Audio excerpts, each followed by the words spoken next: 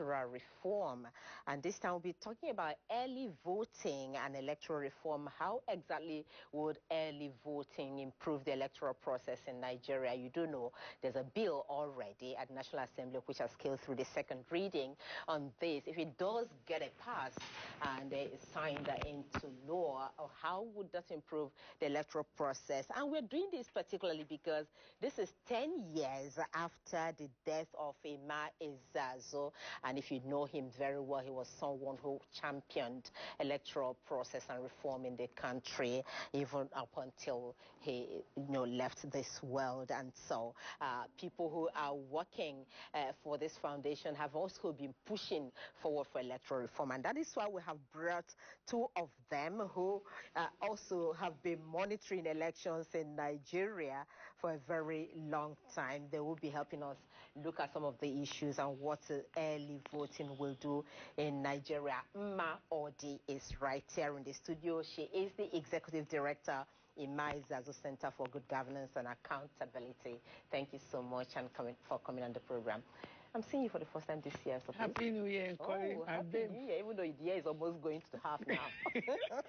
All right, you're welcome, ma. Thank you. Okay, so we also have the Advocacy Officer and ECOWAS Liaison Lead, West African Democracy Solidarity Network, joining us. That's talking about Austin Aigbe, who's also been monitoring election everywhere in the world.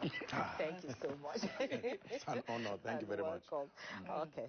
So let's quickly begin. First of all, let me start with you. Emma Ezazo Foundation, of course, since he died, you people have been doing wonderful when it comes to pushing for electoral reform in Nigeria 10 years after.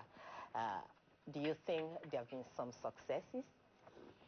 Okay, it's a different package. Emma worked, died, breathed for Nigeria. Even as a young man, as a student union leader. And when he finished and came, you can remember the Civil Liberties Organization, Emma revolutionized it.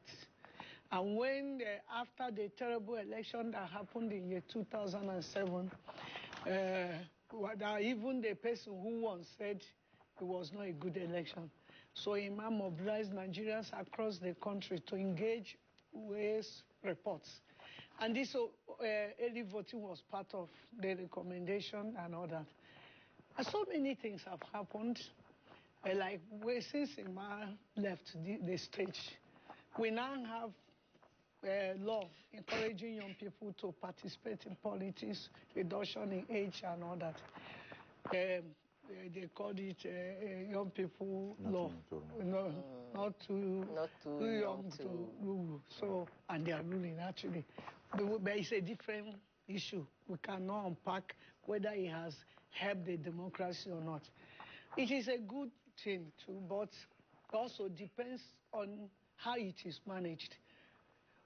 We are happy that all of us who do the police, civil defense, army, those who do election matters will be able to vote. And it's a big cloud. And we have always been worried that now many people do not vote. And these people who are elected, who know the meaning of to vote and what it can do, if they are part of it. But in all the conversations, whether we vote or did not vote, the most important thing is the integrity of the votes. If we vote and there's rigging, all the things we've done is a waste.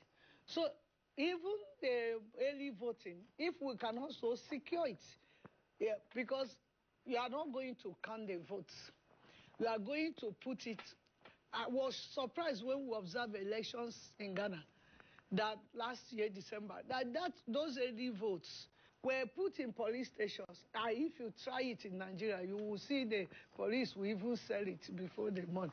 Is it not an exaggeration? It's not, because you know what is possible in police stations. But if we can see how we can actually secure the early votes, because the main election day vote is being counted on that day, and everybody is watching. And the early vote is being domiciled in a place. So, and we saw that even the sensitive electoral materials, the other time, domiciled in Central Bank, was not even safe. Some people even have knowledge of a political party, have knowledge of them. And the women were even using it to tie plantain roasted in the street. So what I'm actually saying is that it is a good thing because a man fought for it, engaged to ensure that it came to light. He did it. But 10 years after, we are having a conversation, and it has even gone beyond second reading, which means that there is hope. But while we are rejoicing that we are going to vote, we also should be having a conversation. What happens to the vote after we have finished voting? If Trump was contesting 4 years ago that daily votes in America, he was even saying they were bigger than what was voted, then that is America that has credible institutions, talk less of Nigeria. And INEC has not done well, very well. Since year 2023, INEC has not done well. And if we are saying that we will domicile this vote in INEC's office, many of us will be worried about it. And I'm saying that we like it, but we also need to have a conversation on when those votes will be domiciled. Or the easiest way to get out of the quagmire is to count the votes. We know who has what, and keep it in a result sheet, and all of us will have the knowledge. Because I will not trust the fact that it is put anywhere that it will be safe. And also talking about Emma mobilized, like we need somebody like Emma. So when Emma was on the stage, he also will mobilize people. Emma work with all sectors in Nigeria, formed a broad coalition in Nigeria, both at the federal, in all the states of Nigeria, even in local governments, engaging in a electoral process. That is what we need. Now is what the government feels like they dash us. But Nigerians can do, all of us, like Emma. We enter the streets, we enter everywhere, engaging the government. Now the speak space is being conscripted on daily basis. The people, the citizens need to open them. If somebody one day posted on a mass, posted a mass picture and said, if you are around, you would have mobilized us. But he's not around. We should mobilize ourselves and engage the government to open the space. And also, allow us to enjoy our freedom of speech and association and in freedom to life. Right, we need to make ourselves many imams and to engage this process. We need electoral reform, especially in the integrity of votes and vote counts. How do we upload timely and also effectively and make sure the votes we cast has integrity and our wishes and our choices is reflected in the result. There's so much to talk about really on this matter, so I'll come back to you because you're very passionate about this, so I can imagine, I can understand where you're coming from. So coming to you, 10 years after, some of the things that Emma, talked about, preached about, stood for, is coming to limelight, particularly this early voting, and for the first time we're really having this conversation to have gotten to the second reading, and it's moving ahead. Now, if you listen to Yaradua when he was highlighting this point, he said that the sponsor of the bill, he said only over 1 million citizens involved in election duties are currently disenfranchised, and this is because they are deployed far from their registered polling units for election duties. You have journalists, you have military, you have security personnel, the NSCDC, you have the police, you have the military. Just about almost all the security officials are not allowed, do not vote because of election duties. You also have ad hoc staff and all of that. So if this becomes part of the Electoral Act, it will accommodate all of this. But like Mama said, okay, first of all, do you think it is a step in the right direction? And then how do we also ensure that at the end of the day, people vote and these votes also count? Because that's the point Mike's trying to talk about. Yeah, thank you very much.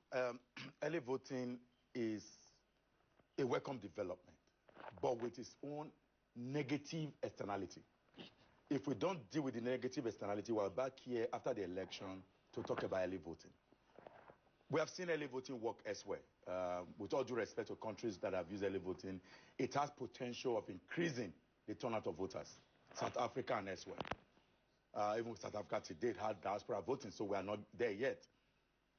What early voting brings to the table is that all of these ad hoc workers, including the one you mentioned, security, including observers. Even journalists and observers like you too as well. So by the time you deploy these huge numbers, they are sent away from their registered location. And that is the essence of early voting. The early voting that matter, of course the US model, is somehow some kind of diaspora voting where you send in your ballot because they are not physically on ground. Fast forward to Nigeria, is that the concept of early voting, the argument about early voting is because of the disenfranchisement of many, you and I. Apart from 1999, I mean, I'm not even sure if I have ever, 1999, I think I voted. That was the only election I voted. Otherwise, after that, it's either you are in a situation room, or you are roving, or you are somewhere else, and you never had the opportunity. Beyond that is also the trust deficit in our system. If you are wearing an observer tag or a media tag and you go ahead to vote, people around there will say, media they vote, observer they vote, because of the perception that an observer is supposed to be neutral. An observer is not supposed to vote. That's the perception here. But in Ghana, that was the most recent election where the idea of early voting came from. My colleague, we were going along and he said, please, let me quickly vote. We drove to the polling unit, he came down, went to his polling and presented his card and voted. No wrong perception. I am telling you in Nigeria that when and voted, that means he didn't have to join the queue or something. No, there was no like queue you at have, that time. like you have in Nigeria, where you come out in the morning and maybe you are the last, and then you come, you want to vote, and then people are like, you just came, you go join the queue, and you need to go and observe the elections. So that's another issue. That's the Nigeria strategy. Because one of the model for observers to vote, I have always talked to observers, if you want to vote, let's have your location where you are registered. You are posted there. You vote. But it can endanger the observer. In the Nigerian context, what do I mean? An observer who voted for a political party. There's a mindset of the Nigerian people that when an observer votes, he has either voted for this party or this party. At some point in the electoral system, somebody will go and talk to the observer, maybe a family member, maybe a friend, and that person belongs to another party. The other party is watching. Oh, this observer is working with, and it can endanger the life of the observer. Isn't that a possibility too for, an observer who has just voted for a particular political party to be affected or maybe biased, really, in observation and reporting? But it's your duty. Bias should not come in. I'm talking about the perception of Nigerian people that when an observer votes, it will be biased. It's not true. I can vote my conscience. We all live in this country. The economy, the environment, everything are impart on you, even the impart on the police. So why are we talking about early voting? That these people are impacted by this same phenomenon. They can increase the voting population of this country. And part of it is, if you look at Ghana, Ghana was complaining that they had less than 74% of turnout. We were battling with around less than 40, about 30-something percent in 2023. And voter turnout in Nigeria continued to nosedive. The proposition of this early voting proposal is that if these numbers vote ahead, it could jack up the number of votes. But the question is, are they registered? Maybe before the election they can get registered. Many security officials who know they don't vote, don't register. Many media who know they don't vote, don't register. Core members, arguably, they register in their state. And now they be posted out because they are not in their state of origin. Usually, core members are posted out of their state of origin. So they are now outside of their state of origin. Their vote is almost useless unless this creation. Because part of what the bill is saying is that if you want to vote early, you register. Which is, you register to vote early, not register to vote. So there are two different things. In Ghana, those who voted early registered to vote. So that they look at the number, look at the location, and they're able to put units in all of those areas. Like Umar said, the question goes beyond just having these numbers. It is about the trust deficit in our electoral system. in this country today, after the 2023 election, many people who turn out to vote under the sun and waited till midnight, even here in Asokoro, midnight, folks donated generators to count their votes. And apparently, the rest is history. All the things that you wanted to follow through, the most important innovation in the electoral system was the introduction of the bimodal voter accreditation system and the link with the IREF, the INEC result viewing portal. The link was supposed to enhance the confidence in the electoral system. Suddenly, midway, something happened that is now nicknamed glitches. And nobody has spoken to that thing. Nobody has been prosecuted. So when you talk about early voting, what happened to those votes? If those votes become Jebugari, I know you understand what Jebugari means, that it continues to increase well before it comes into the main vote. We can't count them on that day as proposed by Antiuma. The reason why you can also count it is novel. If a party is having 1 million votes already, and the other party is having 10, the tendency for that one having 10 to fight in the main election, it will be diminished. So you want a free, fair, credible system. You keep those early votes so that on the day of election, they are pulled in and then counted. Yeah. If somebody knows that my vote is down, he could use early vote and then jack it up. So we don't want a system like that. I have a proposal. As time goes on, we'll talk about it. Okay, we'll talk about your proposal when we come back to you now. Let's look at this, really, because another thing is that we've also introduced transmission of results right from the polling unit, during election. And this was also applauded in the 2023 election as one of the, issues that will bring about transparency in the electoral process. So this early voting, how would it work in Nigeria? In terms of, are the results going to be announced before the proper election, or is this something they will keep in the cooler until after the general elections to avoid, people believing, we're already getting more votes than the others? What do you think? Okay, those who have who are using this, who are doing the early voting process in other countries, even in Ghana, they don't count the votes.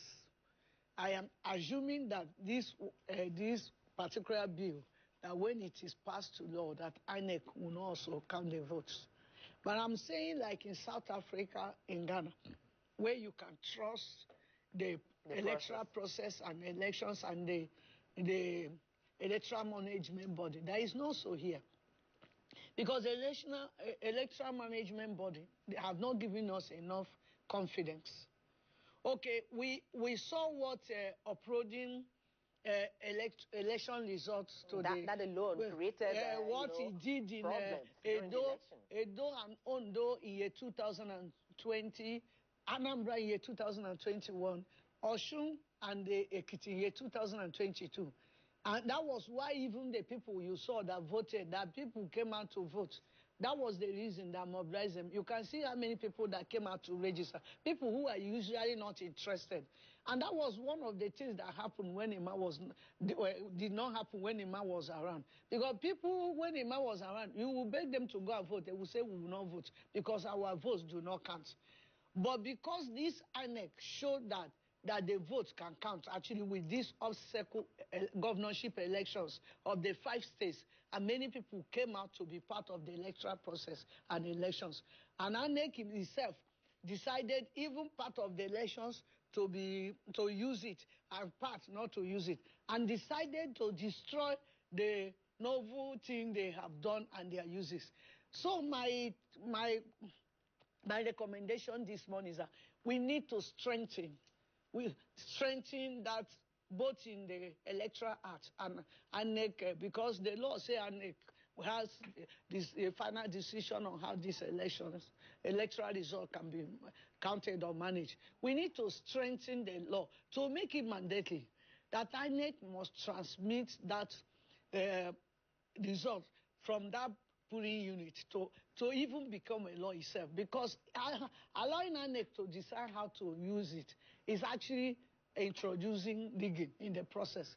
So because that's the only thing that have made a difference in our electoral life cycle. That's the only thing. That's the only thing, PVN, that have made a difference. And because that was what have shown people that our votes counts. and our choices are reflected. That's the only thing. Other things are different things for that we now.